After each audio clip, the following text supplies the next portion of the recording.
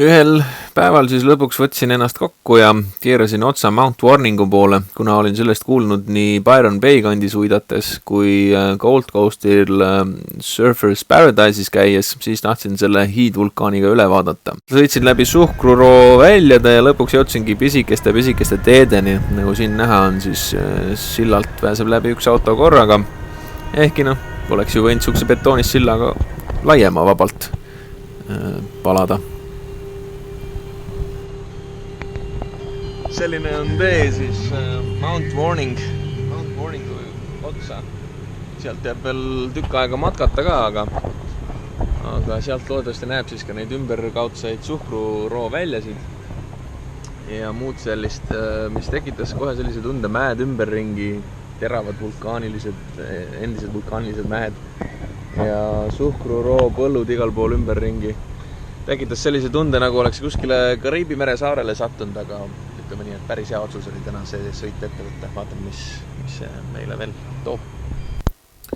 Ehkki võib-olla siit videost ei ole üldse niimoodi seda näha, aga see kitsas tee seal ülijärsu siis Nõlva ääre peal oli päris äge ja seal põhjas siis väikene ojakene.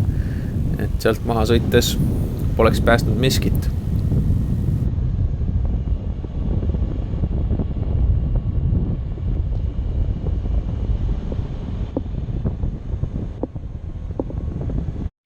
Nagu ikka need matkaradade ajad, kaua sul aega läheb nende läbimisega, on väga ülehinnatud. 5 tundi 9 kilomeetri kohta. Need, kes mulle vastu tulid, tegid selle 4 tunniga ära umbes. Aga jah, see vihmaväht on mõnus rägastiks. Siit on näha klassikaline subtroopikadeks, pooltroopiline ala. Ja ega mul seda võsa siin väga palju pole mõtet filmida, aga siit on näha, mismoodi need metsast siis oma metsikuses välja näevad, kui inimesed poleks siia ümber ehitanud Suhkruroo põlde ja mida iganes veel. Rada nagu ikka väga hästi inimeste jaoks üles ehitatud. Mina hingeldan, kuna mul meeldib hoida teatud tempot. Aga jah, rada on lausa luksuslik, et Norras sai sellega võrreldes ikka metsikuses ringi aetud, et siin on ju sillad ja trepid ja kõik asjad olemas. Et ei midagi erilist. Midagi, mis võtaks jõu ära. Mööda treppi üles ja lihtne on.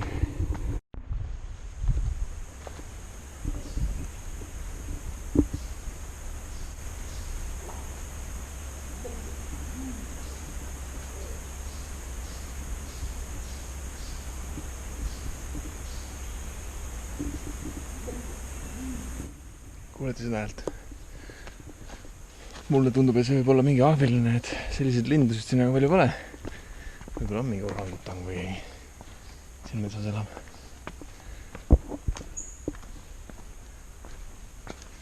See on siis enam-vähem esimene koht, kus midagi natuke rohkemat vaadet näeb. Kahjuks see udu takistab enamus vaataväljad ära. Eriti sinna, kus need Suhkruroo põllud olid ja niimoodi. Ja merd ka ei näe päris hästi. Aga ehk kõrgemalt pisut näeb. Viimane osa, viimased 200, 300, 400 meetrit on midagi ronimise moodi juba. Miskit muud. Peaks tulema ülesmineku aeg 4,5 kinti, tund ja 15 minutit.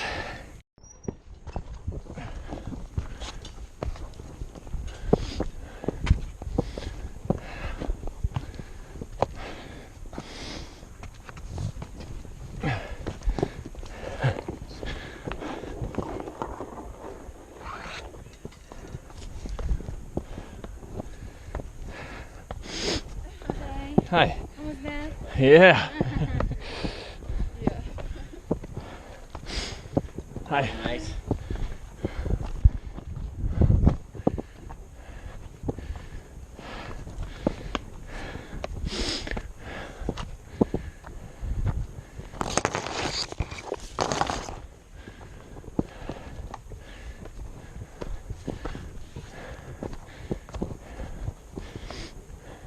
kahjuks on udu ikkagi üleval ja väga kaugele näha ei ole, aga midagi siit ikkagi näeb.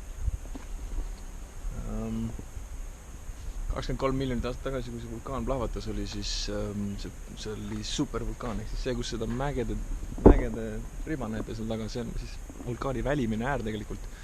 See mägi, kus otsas mina olen, see on siis vulkaani keskpaik ja siis tol hetkel, kui ta plahvatas, oli siis see kogu vulkaan kaks korda kõrgem kui see mägi, kus ma praegu seisan, mäe tipp, kus ma praegu seisan. Kuid siis nende 23 miljoni aasta jooksul on vihmad ja tuuled ja muud loodusjõud seda madalamaks suuristanud. Et siin on näha jällegi, kuidas see mägi siis ümber terve selle koha seal läheb, et kogu see org, mis siit alt paista on tegelikult siis üldse vulkaani põhi.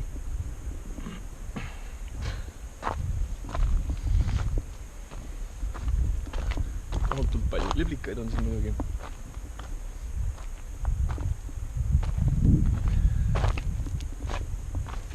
On siis aborigeenide väga püha paik see mägi ja sellepärast ei tohi siin tegelikult tuld teha, aga ööseks jääda ega midagi säärast.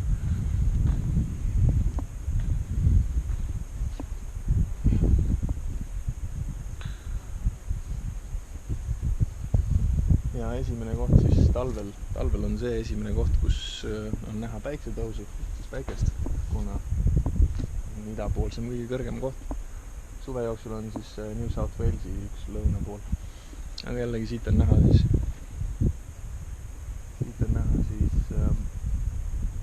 oleks näha Byron Bay, kui ilm lubaks.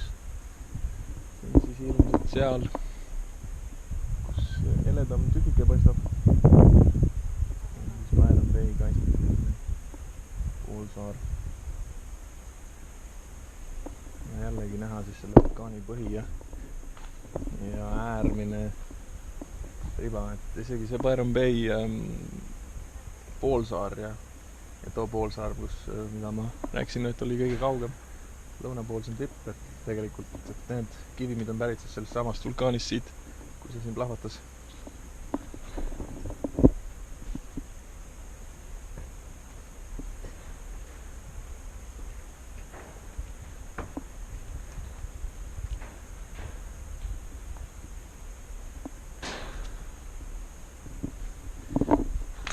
Siis siia mäele esimene rännak esimeste botaanikute poolt võttis aega 3,5 päeva, et kui mul võttis tund ja 15 minutit, siis tänu sellele, et see rada nii heaks tehtud on, siis omal ajal võttis ta 3,5 päeva. Aga need liblikad on siin imeliselt, neid on siin mustmiljon ümber ringi ja oma tiibu levitavad. Siin siis viimane vaade, kuid mitte hapupiimane vaade selle vulkaani äärele, mis siit paistab siis. Kahjuks on see udu siin ees, ma ei teagi, mis põhjusel see udu on, kas ta on süsihappegaas, mida siis metsad endasse imevad ja maa, või on see vastupidiselt veeaur või midagi säärast, mis siis tõuseb, aga mul tundub, et siiski on see süsihappegaas, mis siis langeb alla. Kurb lugu, et kaugemale ei näe.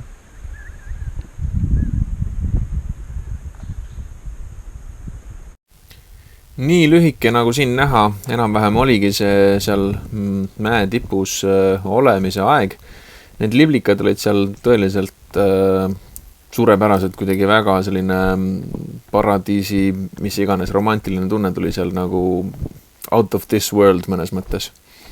Aga varsti siis tuligi hakata liikuma tagasi allapoole ja kuna ilmad olid üsna palavad ja mulle meeldis seal vinge tempoga liikuda, siis pidin leidma kuskilt mõne pesukoha, kuna ma siis kuskil majas tol ajal ei elanud, pesin ennast rannadušidel või surfidušide all. Ja otsisin teinekord mõne veesilma, kus pesta, siis vaatasin ka Google Mapsi peale ja kuskil lähedal oligi ühe tammi taga väike paiserv, kuhu ma otsustasin siis sisse sulpsata. et seal koha peal kahjuks on näha, et oli taimi liialt täis ja kaugele ujuma ei läinud, aga istusin sinna lähedale siis madalasse vee sisse ja nagu siin näha oli, tuli üks kala ühel hetkel ja ampsas mind varbast. Selle peale ma siis läksin, tõin kaamera ja püüdsin teda peale saada, et kas ta tuleb uuesti mu varbaid ampsama, aga uudistas ainult kaamerat. Et väga, väga julge kala ja samal ajal need pisemad siis nii-öelda tegid minu naha kallal puhastustööd, nagu siin näha on ja kuulda on kohe.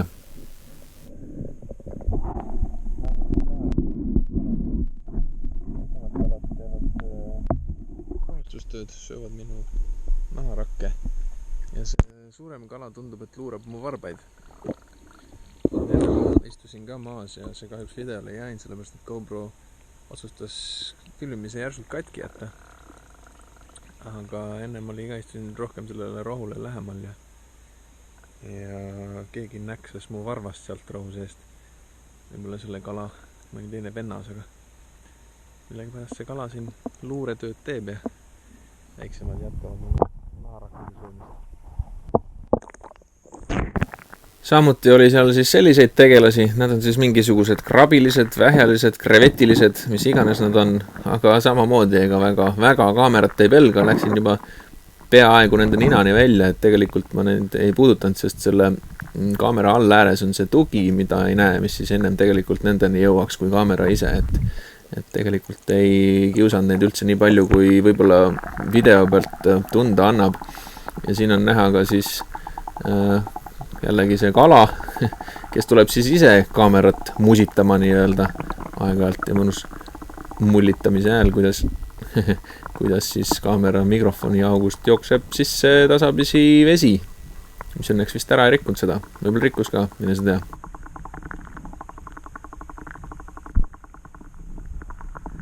So what would be a better place to talk about being in connection with the universe than sitting in a lake like this? There's small fish nibbling on my skin cells, like these feet spouse, and it's just bigger fish just trying to get on my toes, some catfish.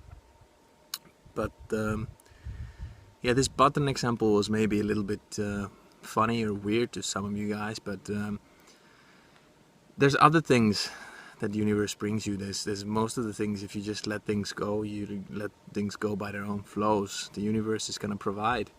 The one example is this button. The other examples are countless of little things I've noticed. Some of them I don't remember at all, but one of the biggest things is the latest business or job offer that I got. I was looking for an opportunity that lets me surf enough of time and at the same time pays enough so that time's off, I don't have to worry about working. And that's different kind of work and possibly leadership, and I got this offer. With bigger things it takes more time. It takes, with the job it took like 1.5-2 months for universe to get me there where I needed to be.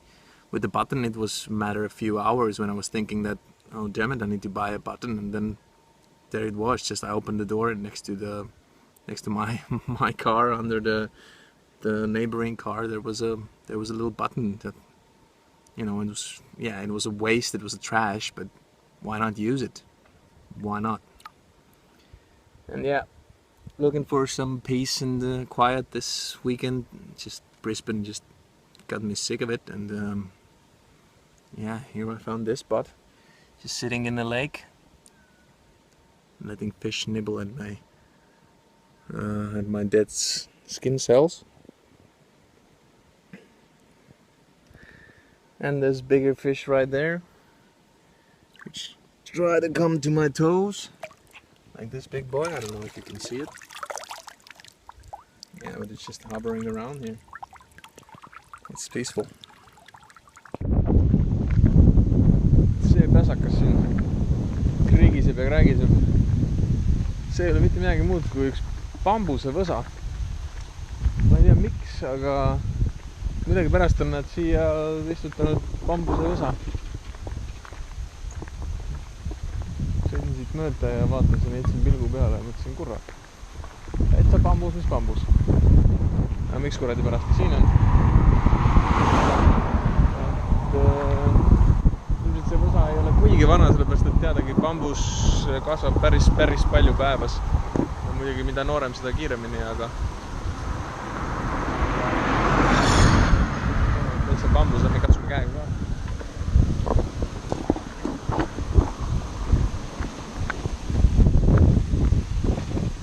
No nüüd kui paksust vaadata, siis ilmselt ikka on päris vana see võsa, aga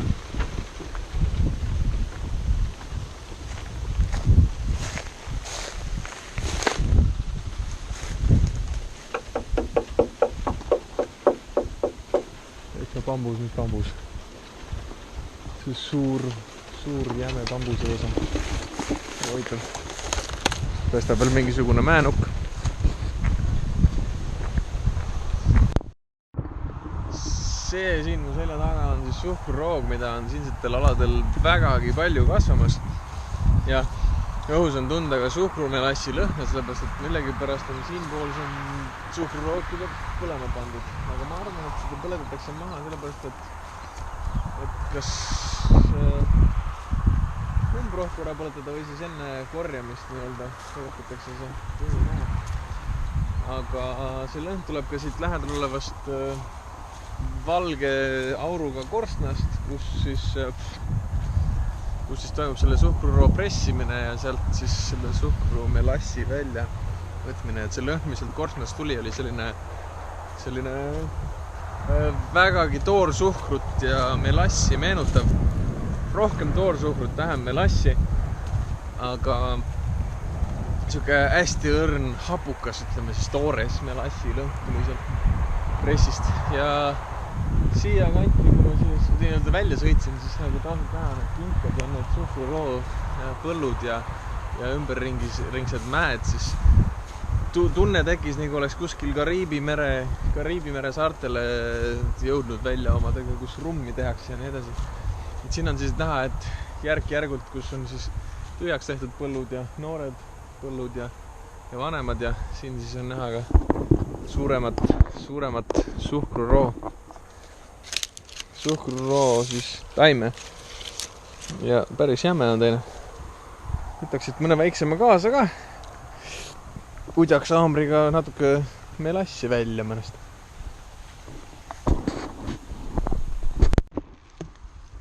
Pisut vara panin kaamera kinni, et siin on näha ka siis suhkruroo taim ja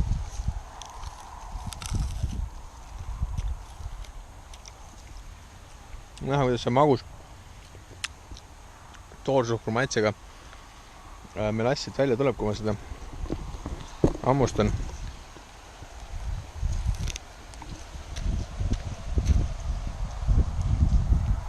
Täitsa suhkrumelassi maitse. Muidugi väheke on niisugust maltsa või umbrohu maitset ka sees, aga see on sellepärast, et ma ei ole seda ära puhastanud ja närisin seda koos selle